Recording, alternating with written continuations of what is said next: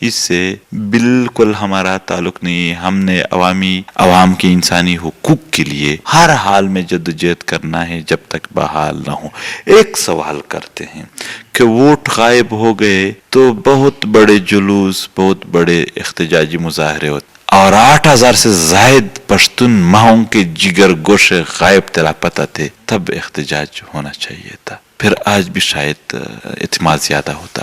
80,000 سے زائد لوگ مارے گئے، اس وقت بھی احتجاج کا حق تھا. صرف یہ نہیں کہ ووٹ میں مسئلہ پیدا ہو جائے، یہاں اور بھی مسائل ہے. کل رات بھی خیبر میں ایک پشتون ماں کے اس جگہ پر ان ظالم داروں کے تپڑوں کے نشانات موجود تھے. یہ بھی احتجاج کی قابل باتیں ہیں. صرف ہمارے لیے تو انسانی حقوق ہے. کون اقتدار میں آتا ہے، کرسی کس کی ہے کس کی نہیں ہے، اس سے ہمارا اس سے زیادہ لینا دینا نہیں ہے. قوم پرست جماعتیں ہیں، یہ جو احتجاج کر رہی ہے، کیا آگے مستقبل میں آپ اس کو لیڈ کریں گے؟ آپ کی حمایت اس کو حاصل ہوں گے؟ عوامی حقوق کے لیے ہمیشہ تیار ہے. ہاں، کرسی کی جنگ میں کسی کے ساتھ ہم نہیں دیں گے، نہ کوئی اتحاد ہوگا نہ کسی کے ساتھ. یہاں پر یہ وطن 2 لاکھ سے زائد گھر مسمار ہیں، 36 بازار مسمار ہیں، 80,000 سے زیادہ لوگ شہید ہو گئے. پشاور کے بازاروں سے لے کر سوات کے پہاڑوں تک، وہاں سے لے کر قبائلی پٹی سے لے کر کوئٹہ تک، ہمارے ماؤں بہنوں سے لے کر بچوں تک، اسکول کے بچوں، مدرسوں کے بچوں تک شہید کر دیے گئے. اس کے حساب کے لیے کوئی تیار ہے، اتحاد کریں گے. لوگ لاپتہ ہیں، اتحاد کریں گے.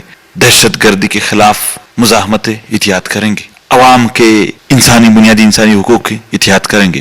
اگر کرسی ہے، صرف کرسی کے لیے کسی کے ساتھ اتحاد نہیں کر سکتے. البتہ باقی اگر جو مظلوم لوگ ہیں، جو محکوم قومیں، ان کے حقوق کی بات ہو، تب اس پر ان کے ساتھ بیٹھ سکتے ہیں اور آگے ایک منظم لائحہ عمل کے لیے تیار ہے. منظور پشتین صاحب، خیبر پختونخوا میں پاکستان تحریک انصاف کو تیسری مرتبہ بڑی کامیابی مل گئی. اس کی وجہ کیا ہو سکتی ہے؟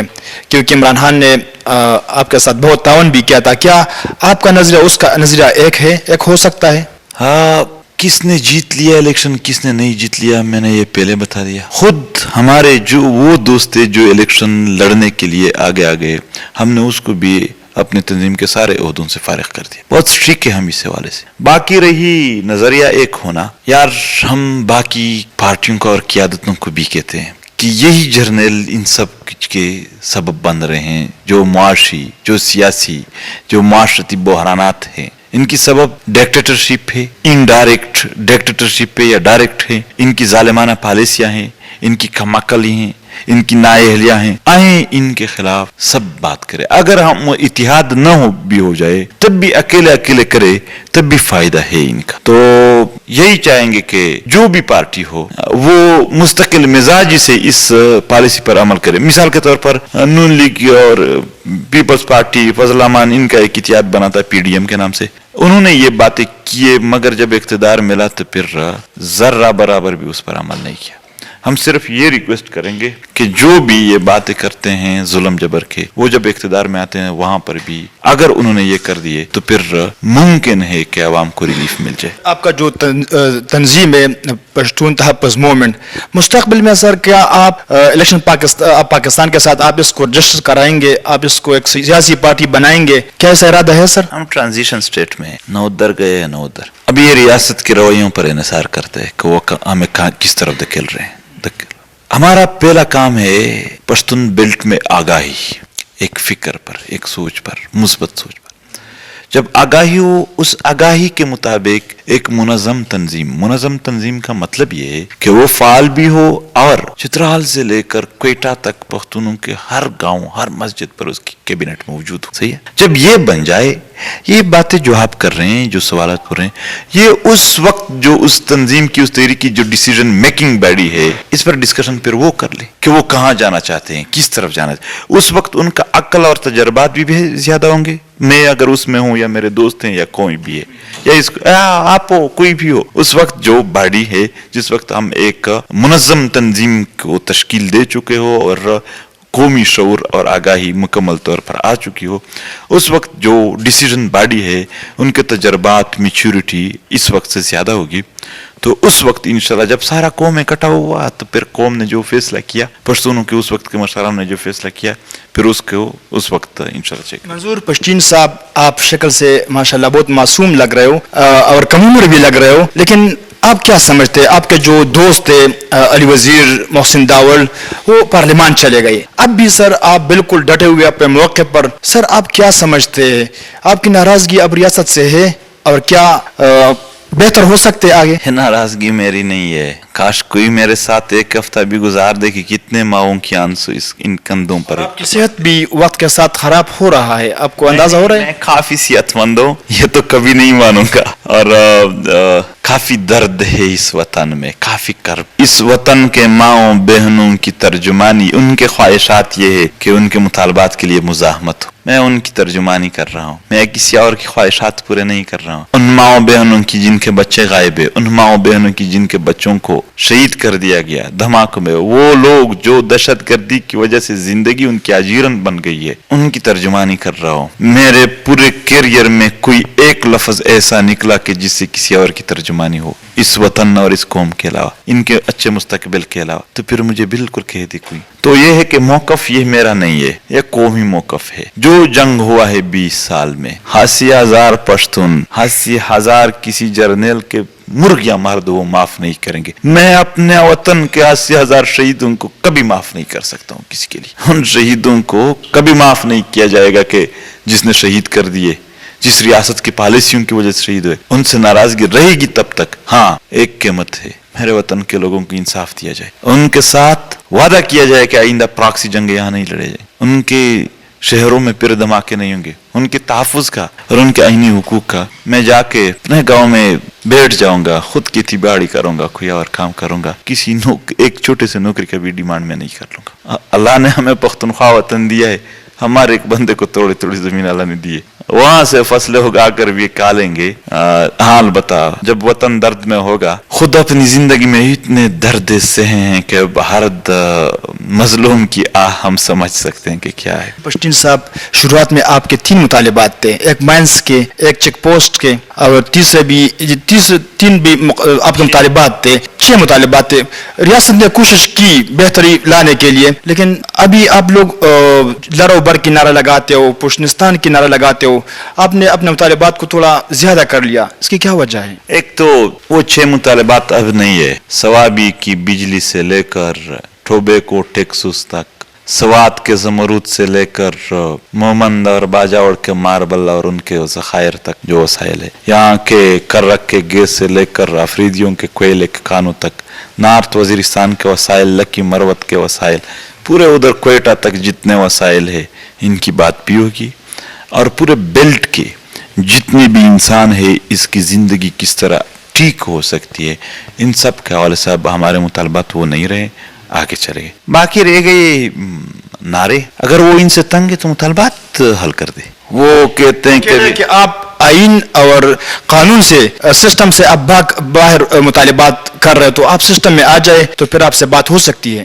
اگر میرا کوئی بھی مطالبہ پاکستان کے آئین سے ہٹ کرتا تو بتا دیا جائے۔ آپ پاکستان کے آئین اور قانون کو مانتے؟ میرے جتنی بھی مطالبات ہیں ایک بھی اس آئین اور قانون سے ماورا نہیں۔ ہاں، البتہ جرنیلوں کی جتنی بھی اعمال ہے وہ سارے اس آئین سے ماورا ہے۔ آئین کو میں اور آپ یہ سب مانتے ہیں، جرنیل نہیں مانتے آئین کو، تو قانون کو تو وہ نہیں مانتے، اس کو ٹیشو پیپر سمجھتے ہیں، ردی ٹوکریوں میں ہم نے نہیں پھینکے، انہوں نے پھینکے۔ تو یہی ہے کہ ایٹ لیسٹ سوالات ان پر زیادہ بنتے ہیں۔ مظلوم لوگ ہیں ہم، حقوق مانگتے ہیں، ریاست کا کام ہے حقوق دینا، نہیں دیں گے تو ظاہر سی بات ہے غصہ بھی بڑھے گا، ظاہر سی بات ہے الفاظ بھی بڑھیں گے، نعرے بھی بڑھیں گے، مطالبے بھی بڑھیں گے، لوگ بھی بڑھیں گے، اور ہم بھی آگے بڑھیں گے۔ افغانستان میں جو طالبان کا گورنمنٹ ہے، اس کو آپ کس طرح نظر سے دیکھتے ہیں؟ کیونکہ 2 سال ہو گئے، بہت کامیابی سے جا رہا ہے، یہ سیٹ اپ کس نے بنایا ہے اور آپ کا حمایت اس کے ساتھ ہے؟ نہیں، یہ جدید دنیا ہے، طاقت کے ذریعے، زور کے ذریعے حکومت میں آنا یہ میرے خیال میں کسی بھی طور پر جائز نہیں ہے، کوئی بھی نہیں مان سکتا ہے اس۔ افغان جتنے بھی ہیں وہ جنگ کے متاثر لوگ ہیں، یعنی کئی دہائیوں سے وہ جنگوں میں مارے جا رہے ہیں، پیسے جا رہے ہیں۔ ایٹ لیسٹ ان عوام کو اتنا حق تو دیا جائے کہ وہ ایک بار اپنے اقتدار خود منتخب کر لے۔ پھر افغانستان کے عوام نے جس کو بھی اقتدار دے دیا میں اور آپ سارے دنیا اس کو مانے, اس کی پھر یعنی دنیا میں بھی کوئی رد نہیں کر سکتا ہے, میں اور آپ بھی رد نہیں کر سکتے کوئی بھی, کیونکہ اس کے پاس مینڈیٹ کیا ہے. افغانستان کے عوام, افغان قوم, جب ان کا مینڈیٹ کسی کے ساتھ ہو, طاقت کے ذریعے زور کے ذریعے حکومت میں آنا اور چلانا, یہ اگر چلائے بھی جائے تو یہ ناکام ہو جاتے ہیں. اس کا اختتام خود طاقت کے ذریعے ہوتا ہے جس کا خمیازہ عام عوام کو بھگتنا پڑے گا, جس کی وجہ سے مزید وہ ٹارچر ہوں گے اور مزید ان کو تکلیفیں ملیں گے. تو اس لیے ہم کہتے ہیں کہ طریقہ یہ ہے کہ سارے افغانوں کو واپس بلا کر عام افغانوں کو یہ اختیار دیا جائے کہ آئیں ہم بیٹھے ہیں, میں ہوں فلانا ہوں فلانا ہے, آپ لوگ اپنی رائے دیں کس کو چاہتے ہیں, آپ لوگ جس کو چاہا, جس کو منتخب کی, جس کا افغانوں کا انتخاب, بس پوری دنیا کا بھی انتخاب ہے, ہم سب کا بھی. لوگوں کا یہ بہت بڑا سوال ہے کہ منظور پشتین کون ہے؟ میں سب سے پہلے تو پشتون ہوں یار. ہمارے پشتو کے 3 لہجے ہیں, پشاور سے لے کر کابل تک سارے لوگ پختون, کوئٹہ سے لے کر کندہار تک پشتون, اور کرک بنو سے لے کر غزنی تک پشتین. وہاں یہ لفظ زیادہ ہوتا ہے تھوڑا, جہاں یہاں یہ استعمال ہوتا ہے وہاں واو استعمال کرتے ہیں, جہاں وہاں وہ یہ ہے. تو سب سے پہلے تو ہم اسی وطن کے ہیں. اگر کسی کو شک ہے, میرا گھر کوئی ایسا نہیں ہے کہ دنیا جہاں میں کہیں دور ہے, نہ میں امریکہ کا باشندہ ہوں, نہ میں پنجاب کا باشندہ ہوں, نہ میں ہندوستان کا ہوں, نہ میں عربوں کا ہوں, نہ میں چائنا کا ہوں, نہ میں آسمان میں رہتا ہوں. میرا گھر موجود ہے اور سینکڑوں سالوں سے موجود ہے, باپ دادا پردادا کے تاریخ موجود ہے, اور پیرنگیوں کے ساتھ ہمارے پردادا بھی مزاحمت میں تھے, الحمدللہ ہم بھی اس کا خون آج تک پیرنگیوں کے بقائے جات کے ساتھ, پھر ان کے جو پردادا کے بقائے جات وہ مزاحمت میں ہے. تو یہی ہے, اور کیا چاہیے, مطلب کس چیز کا تعارف چاہتے ہیں, عوام کا نمائندہ ہوں, عوام کا. الزامات جو بھی لگائے جا رہے ہیں باخدا کوئی مائی کا لال تو آ جائے اور وہ ثابت بھی کر. آخری سوال, افغانستان کے ساتھ آپ کا کیا رشتہ ہے؟ افغانستان کے ساتھ تو تاریخوں کا رشتہ ہے, یعنی ٹھیک ہے یہ پاکستان میرے دادا سے چھوٹا ہے عمر میں, اس سے پہلے جتنی بھی نسلیں ہیں وہ چاہے آپ کے ہیں چاہے میرے ہیں چاہے یہاں بیٹے جس کی بھی, وہ سارے افغانستان کے باسی تھے, شہری تھے. تو یہ تو ایک تاریخی رشتہ. دوسری بات, افغانستان کے حالات ڈائریکٹ جرن لائن کی اس پار بھی اثر کرتے, یعنی ایسا کبھی ہوا ہے کہ افغانستان میں جنگ ہو اور یہاں پر امن ہو؟ نہیں, یہاں پر بھی پھر بدامنی ہوگی. یہ ایسا نہیں تھے کہ افغانستان میں کوئی تغیر آئے گا تو پختونخوا میں بھی تغیر نہیں آئے گا, نہیں, وہاں کے حالات سے یہاں کے حالات جڑے. اب اگر وہاں پر ایسے لوگوں کے اڈے بن گئے مراکز کہ وہ یہاں امن نہیں چاہتے, پھر یہاں امن ہوگی؟ نہیں ہو سکتی. افغانستان کے ساتھ صرف میرا نہیں, اس پورے سرزمین کے حالات جڑے ہوئے ہیں, اس پورے خطے کے کاروبار روزگار جڑے ہوئے ہیں. افغانستان کی امن اور ترقی, اس پورے خطے کی امن اور ترقی اس کے ساتھ, تو یہ تو بہت سٹرانگ ہے. اور ہم سارے نسلاً افغان ہیں, پختون ہے, اس سائٹ پہ بھی اس سائٹ پہ بھی. تو زبان کا بھی رشتہ ہے, کلچر کا بھی رشتہ ہے, تاریخ کا بھی رشتہ ہے, اور اس دور میں پھر حالات کا بھی رشتہ ہے. منظور پشتین صاحب, چارسدہ جرنلسٹ کو وقت دینے کے لیے آپ کا بہت شکریہ. جب آپ لوگوں نے اوپر چارسدہ کا نام لکھ دیا تو پھر شکریہ تو ادا نہ کرے. یہ ہمارا وطن ہے, چارسدہ تاریخی وطن ہے ہمارے پختون بیلٹ کا, ہمیں فخر ہے چارسدہ پر. تو اپنے وطن میں شکریہ نہیں ہوتے, آپ لوگوں کا شکریہ ادا کرتے کہ آپ لوگوں نے مائک اٹھا کر اپنے وطن میں صحافت کا ایک پیشہ شروع کیا. ہم داد دیں گے اپنے وطن کے ہر نوجوان کو, ہم داد دیں گے اپنے وطن کے ہر بہن بھائی کو کہ وہ کسی نہ کسی بھی صورت میں اپنے وطن میں ایک نہ ایک شعبے میں کام کر رہا ہے, اور یہاں پر یہ زندگی کا جو ماحول ہے اس کو زندہ رکھا ہوا ہے.